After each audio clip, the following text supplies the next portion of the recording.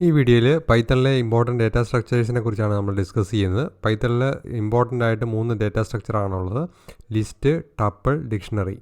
അവ കാണുന്നതിന് മുൻപ് ഡോക്സ്ട്രിങ്സ് എന്താണെന്ന് നമുക്ക് നോക്കാം. പൈത്തണിൽ കമൻറ്റ് കൊടുക്കാൻ വേണ്ടി ഹാഷാണ് നമ്മൾ കൊടുക്കുന്നത്. ഹാഷ് കഴിഞ്ഞിട്ട് കൊടുക്കുന്നത് പൈത്തൺ എക്സിക്യൂട്ട് ചെയ്യത്തില്ല, അത് കമൻറ്റായിട്ട് നിൽക്കും. ഇനി മൾട്ടി ലൈൻ കമൻറ്റ്, അതായത് ഒന്നും കൂടുതൽ ലൈൻ കമൻറ്റ് കൊടുക്കണമെങ്കിൽ നമ്മൾ എന്താണ് ചെയ്യുന്നത് വെച്ച് കഴിഞ്ഞാൽ മൾട്ടിപ്പിൾ ലൈൻസിൽ ഹാഷ് കൊടുക്കുകയാണ് ചെയ്യുന്നത്. കമൻറ്റ് പോലെ തന്നെ പൈത്തൺ എക്സിക്യൂട്ട് ചെയ്യാത്ത എന്നാൽ പ്രോഗ്രാമിൽ കൊടുക്കാൻ പറ്റുന്ന ഒരു ഫീച്ചറാണ് ഡോക്സ്ട്രിങ് എന്നത്. അതായത് ഒരു പ്രോഗ്രാം എന്താണെന്നുള്ള ഇൻഫർമേഷൻ പ്രൊവൈഡ് ചെയ്യാൻ വേണ്ടി, മൾട്ടിപ്പിൾ ലൈൻസിൽ പ്രൊവൈഡ് ചെയ്യാൻ വേണ്ടി ഉള്ളൊരു ഫീച്ചറാണ് ഡോക്സ്ട്രിങ് എന്നുള്ളത്. അത് കമൻറ്റ് പോലെ വർക്ക് ചെയ്യും. അപ്പം കമൻറ്റ് ആണ് അങ്ങനെ കൊടുക്കണമെന്ന് ചിലർ തെറ്റിദ്ധരിക്കാറുണ്ട്, പക്ഷേ രണ്ടിൻ്റെയും ഫീച്ചർ ഒന്നാണ്.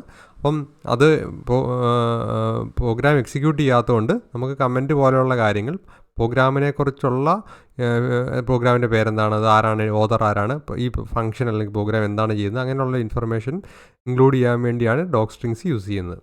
അപ്പോൾ ഡോക്സ്ട്രിങ്സ് പ്രൊവൈഡ് ചെയ്യാൻ വേണ്ടി സിംഗിൾ കോട്ട്സ് 3 കൊടുക്കുക. ഡബിൾ കോട്ട്സും പ്രൊവൈഡ് ചെയ്യാവുന്നതാണ്. അപ്പം ക്ലോസ് ചെയ്യാൻ വേണ്ടി 3 സിംഗിൾ കോട്ട്സ് അല്ലെങ്കിൽ 3 ഡബിൾ കോട്ട്സ്, ഓപ്പൺ ചെയ്യാൻ വേണ്ടി 3 സിംഗിൾ കോട്ട്സ് അല്ലെങ്കിൽ ഡബിൾ കോട്ട്സ്. അപ്പോൾ ഇതിൻ്റെ അകത്ത് എഴുതുന്നത് പൈത്തൺ എക്സിക്യൂട്ട് ചെയ്യത്തില്ല. പൈത്തൺ അത് കമൻറ്റ് പോലുള്ള ഡീറ്റെയിൽസ് പ്രൊവൈഡ് ചെയ്യാൻ വേണ്ടി യൂസ് ചെയ്യാം. അപ്പോൾ നമ്മൾ ഡാറ്റ സ്ട്രക്ചേഴ്സിനെ കുറിച്ചാണ് പറഞ്ഞത്. പല ടൈപ്പ് ഓഫ് ഡാറ്റ വരുമ്പോൾ അതിനെ കറക്റ്റായിട്ട് മാനേജ് ചെയ്യാൻ വേണ്ടി ഡാറ്റ സ്ട്രക്ചർ നമ്മളെ ഹെൽപ്പ് ചെയ്യുന്നതായിരിക്കും. അപ്പം ഇമ്പോർട്ടൻ്റ് ആയിട്ട് ഞാൻ പറഞ്ഞു 3 ഡാറ്റ സ്ട്രക്ചേഴ്സാണുള്ളത്. ആദ്യത്തെ എന്ന് പറയുന്നത് ലിസ്റ്റ്. ഈ ലിസ്റ്റ് എന്ന് പറയുന്ന ഡാറ്റ സ്ട്രക്ചർ നമ്മൾ പ്രൊവൈഡ് ചെയ്യുന്നത് സ്ക്വയർ ബ്രാക്കറ്റിലാണ് ഡാറ്റ നമ്മൾ ഇൻക്ലൂഡ് ചെയ്യുന്നത്. ഇനി രണ്ടാമത്തെ ഡാറ്റ സ്ട്രക്ചർ എന്ന് പറയുന്നത് ടപ്പിളാണ്.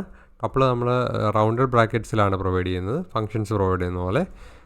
മൂന്നാമത്തേത് എന്ന് പറയുന്നത് ഡിക്ഷണറിയാണ്. ഡിക്ഷണറി നമ്മൾ പ്രൊവൈഡ് ചെയ്യുന്നത് കേർലി ബ്രേസസിൻ്റെ അകത്താണ്. അപ്പോൾ ഡാറ്റ ലിസ്റ്റിൻ്റെ കേസിൽ സ്ക്വയർ ബ്രാക്കറ്റിലായിരിക്കും, ടപ്പിളുടെ കേസിൽ അത് റൗണ്ടഡ് ബ്രാക്കറ്റിലായിരിക്കും. ഓരോ ഡാറ്റ സ്ട്രക്ചറിൽ എങ്ങനെയാണ് ഡാറ്റ ഇൻക്ലൂഡ് ചെയ്യുന്നത് നോക്കാം. അപ്പം ടപ്പിളാണ് സാധാരണയായി നമ്മൾ ഏറ്റവും കോമൺ ആയിട്ട് യൂസ് ചെയ്യുന്ന ഡാറ്റ സ്ട്രക്ചർ. ടപ്പിളിൽ ഡാറ്റ ഇൻക്ലൂഡ് ചെയ്യാൻ വേണ്ടി സ്ക്വയർ ബ്രാക്കറ്റിൽ ഡാറ്റ കൊടുക്കുക, അത് വേരിയബിളിലോട്ട് സ്റ്റോർ ചെയ്യാൻ വേണ്ടി, വേരിയബിളിലോട്ട് അസൈൻ ചെയ്യാൻ വേണ്ടി നമുക്ക് വേരിയബിൾ ഈക്വൽ ടു എന്ന് പറഞ്ഞു കൊടുക്കുക. അപ്പോൾ എ എന്ന് പറയുന്ന വേരിയബിളിലാണ് ഡാറ്റ സ്റ്റോർ ചെയ്യണമെങ്കിൽ, എ എന്ന് പറയുന്ന ലിസ്റ്റാണ് ക്രിയേറ്റ് ചെയ്യണമെങ്കിൽ എ ഈക്വൽ ടു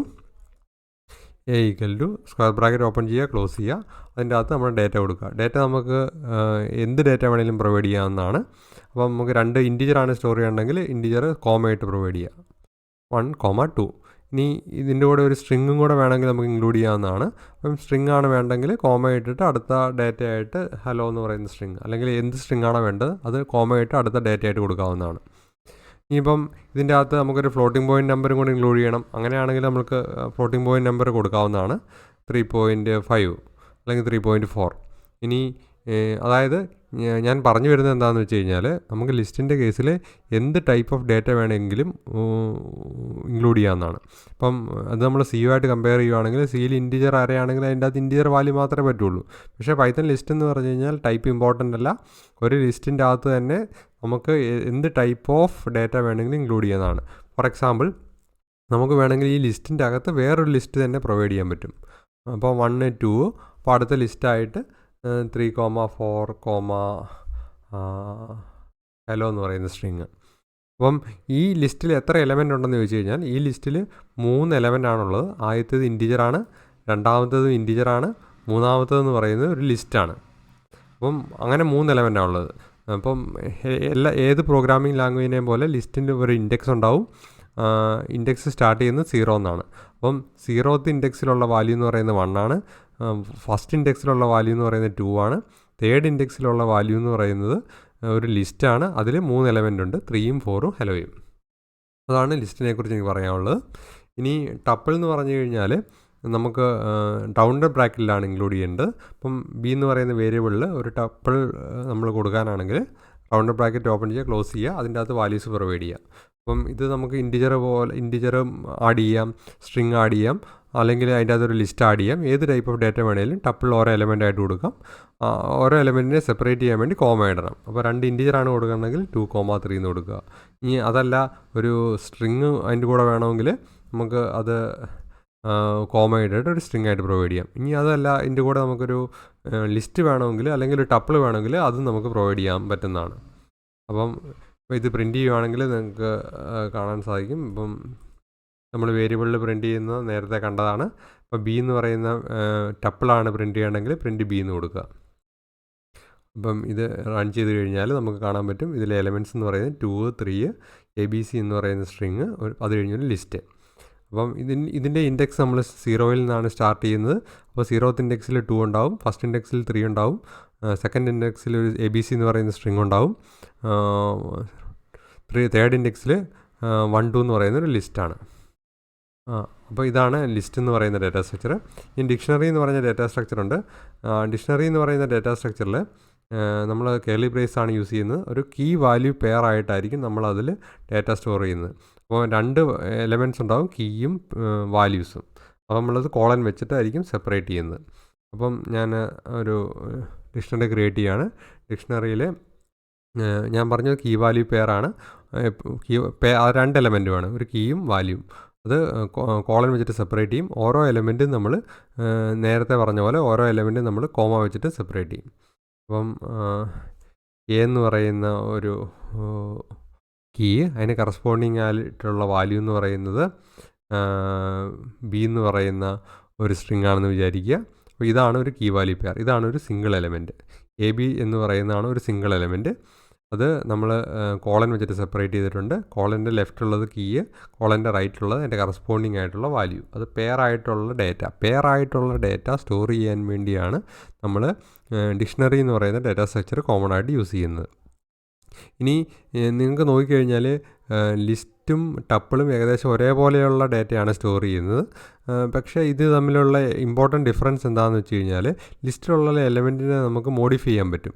അതായത് ഇപ്പോൾ 2 എന്നുള്ള എലമെൻറ്റ്, ലിസ്റ്റിലെ ഫസ്റ്റ് ഇൻഡെക്സിൽ വരുന്ന എലമെൻറ്റാണ് 2, അതിനെ മാറ്റി 30 ആക്കാൻ പറ്റും. അതായത് നമ്മൾ കമ്പ്യൂട്ടർ സയൻസിൽ അത് മ്യൂട്ടബിൾ ആണെന്ന് പറയും. മ്യൂട്ടബിൾ എന്ന് പറഞ്ഞാൽ ചേഞ്ച് ചെയ്യാൻ പറ്റുന്നത്. പക്ഷേ ടപ്പിൾ എന്ന് പറയുന്നത് ഇമ്മ്യൂട്ടബിൾ ആണ്. ടപ്പിളിൽ ഇപ്പോൾ 2 എന്ന് പറയുന്ന 0th ഇൻഡെക്സിലുള്ള എലമെൻറ്റ് ചേഞ്ച് ചെയ്യാൻ പറ്റില്ല, അത് ഇമ്മ്യൂട്ടബിൾ ആണ്.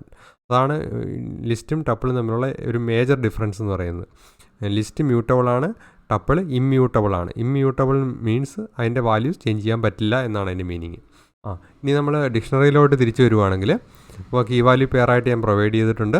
അപ്പോൾ AB. ഇനി അടുത്തൊരു കീ വാല്യൂ പെയറായിട്ട് പ്രൊവൈഡ് ചെയ്യണം. അപ്പം C എന്ന് പറയുന്ന കീ, അതിൻ്റെ വാല്യൂ എന്താണെന്ന് ചോദിച്ചു കഴിഞ്ഞാൽ നമുക്ക് വേണമെങ്കിൽ ലിസ്റ്റായിട്ടോ ഇൻറ്റിജറായിട്ടോ പ്രൊവൈഡ് ചെയ്യാം. അപ്പം അതിൻ്റെ കറസ്പോണ്ടിങ് വാല്യൂ 1 ആണെങ്കിൽ ഇങ്ങനെ പ്രൊവൈഡ് ചെയ്യാം. ഇനി D എന്ന് പറയുന്ന ഒരു കീ, അതിൻ്റെ കറസ്പോണ്ടിങ് വാല്യൂ വേണമെങ്കിൽ ലിസ്റ്റായിട്ട് പ്രൊവൈഡ് ചെയ്യാം. ലിസ്റ്റിൻ്റെ അകത്ത് എലമെൻറ്റ് ഞാൻ 2 ഇൻറ്റിജർ കൊടുത്തിട്ടുണ്ട്. അതായത് കീ വാല്യൂ പെയർ, ഞാൻ ഏതെങ്കിലും ഒരു പ്രോബ്ലത്തിൽ ഡേറ്റ എനിക്ക് കീ വാല്യൂ പെയറായിട്ട് സ്റ്റോർ ചെയ്യേണ്ട അവസ്ഥ വരുവാണെങ്കിൽ ആ കേസിൽ എനിക്ക് ഡേറ്റ സ്റ്റോർ ചെയ്യാൻ എന്നെ ഹെൽപ്പ് ചെയ്യുന്ന ഒരു ഇമ്പോർട്ടൻ്റ് ആയ ഡേറ്റാ സ്ട്രക്ചറാണ് ഡിക്ഷണറി. ഫോർ എക്സാമ്പിൾ, ഇപ്പോൾ ഞാനൊരു ഡിക്ഷണറിയിലെ കുറച്ച് എലമെൻറ്റ്സ്, ഒരു ബൈലിംഗ്വൽ ഡിക്ഷണറി. ബൈലിംഗ്വൽ എന്ന് പറഞ്ഞു കഴിഞ്ഞാൽ രണ്ട് ലാംഗ്വേജിലെ കറസ്പോണ്ടിങ് വേർഡ്സാണ് അവിടെ സ്റ്റോർ ചെയ്യേണ്ടത്. അപ്പോൾ ഇംഗ്ലീഷ് മലയാളം ഡിക്ഷണറി ആണെന്ന് വിചാരിക്കുക. ഇംഗ്ലീഷ് മലയാളം ഡിക്ഷണറി ആണെങ്കിൽ ഇംഗ്ലീഷ് വേർഡും അതിൻ്റെ കറസ്പോണ്ടിങ് ആയിട്ടുള്ള മലയാളം വേർഡും, അതെനിക്ക് വേണമെങ്കിൽ ഒരു ഡിക്ഷണറി ഡേറ്റാ സ്ട്രക്ചർ, ആ പേര് തന്നെ അതിൽ നിന്നാണ് വരുന്നത്, ഡിക്ഷണറി ഡേറ്റാ സ്ട്രക്ചറായിട്ട് പ്രൊവൈഡ് ചെയ്യാൻ പറ്റും.